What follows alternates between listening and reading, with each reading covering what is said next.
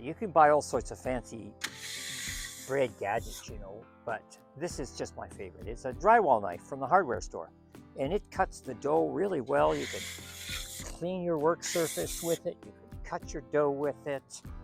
It's just so darn handy. So yeah, just pick up a drywall knife. This is a special fabric. It's a linen cloth, and you work flour into it like this, and you can now use it to cover the dough to stop it drying out. These are bannetons, just a French name for the willow baskets used as containers to hold the dough as it proofs. So when I put it in, I'm going to form it into a loaf, and then it's going to go in here upside down. As the yeast and the bacteria produce their gas bubbles in here, it's going to grow and push against the sides of this to make a nicely shaped loaf.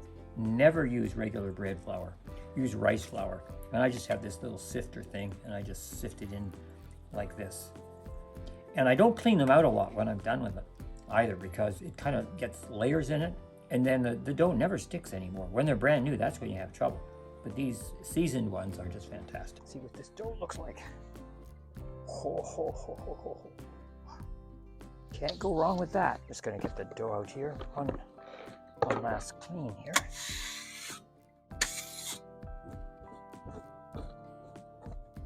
A little over 4 kilograms of dough. 7 loaves at 750 grams a piece, which are decent sized loaves. So I adjusted the formula to yield that, because that's what fits nicely into my oven. In the wintertime, when I don't use the oven because I can't get at it for the snow drifts, then I just make 2 loaves in the household oven inside. And then my neighbors aren't very happy because they don't get any gifts of bread. Now we need to scale these. So wet your tools when you're doing this so that they don't stick to the dough. And your hands as well. You could use oil on your hands as well. So I love this little guy here. What do you know? That was pure luck. 750 first. Water when I'm folding the dough and that sort of thing. At this final stage, I kind of like to use oil. So I actually have oil on that pan to stop it from sticking. Just any kind of regular, neutral cooking oil would work.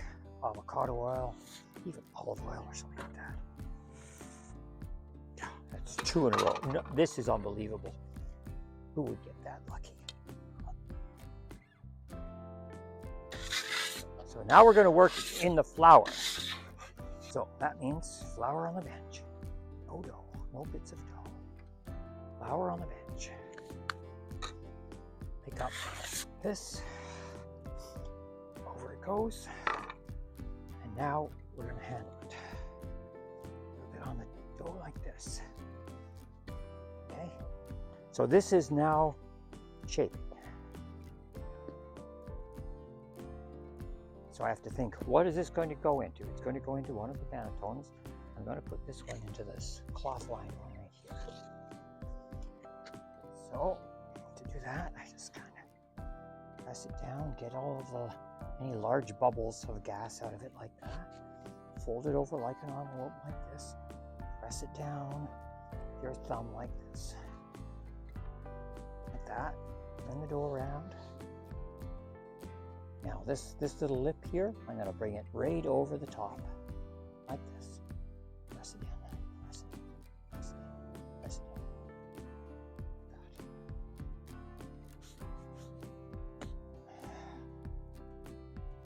in. Close that seam up.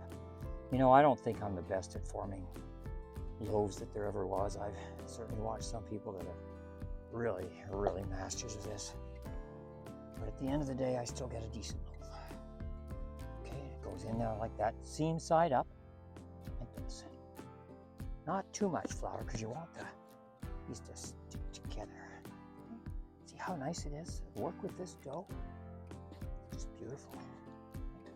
Like I say, it's a bit of a rustic loaf, but it's going to bake up just fine. So this is a boule, so I do a little differently. Same initial steps with the basic envelope fold.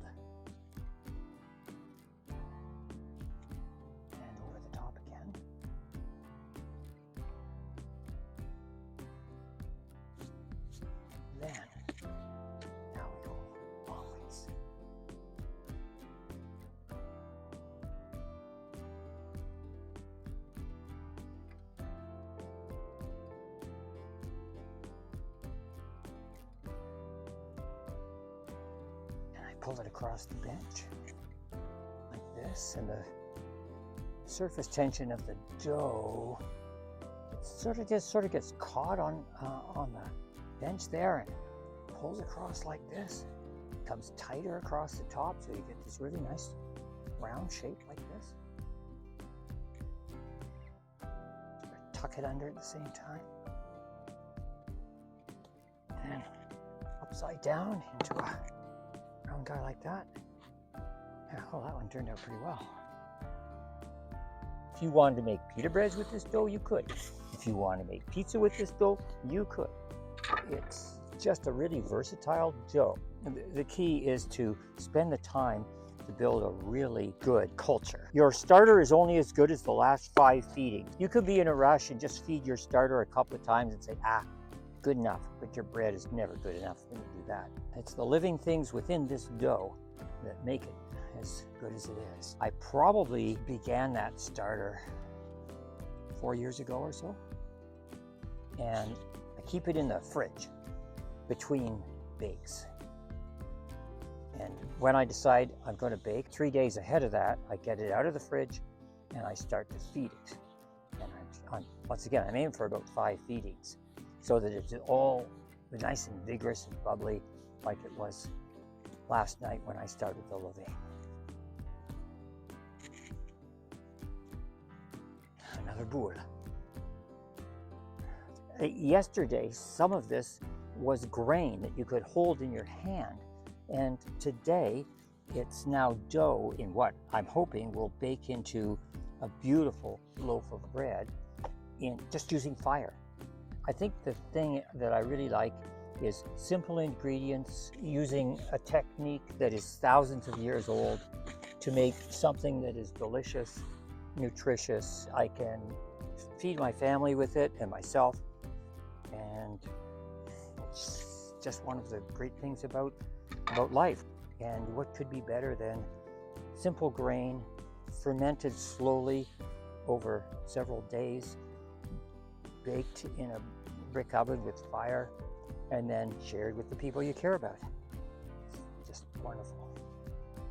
After they proof, which is the next step, they look a lot better than this. So I'm going to get them onto those trays, plastic bags over top to keep them from drying out, and in an hour and a half into the oven.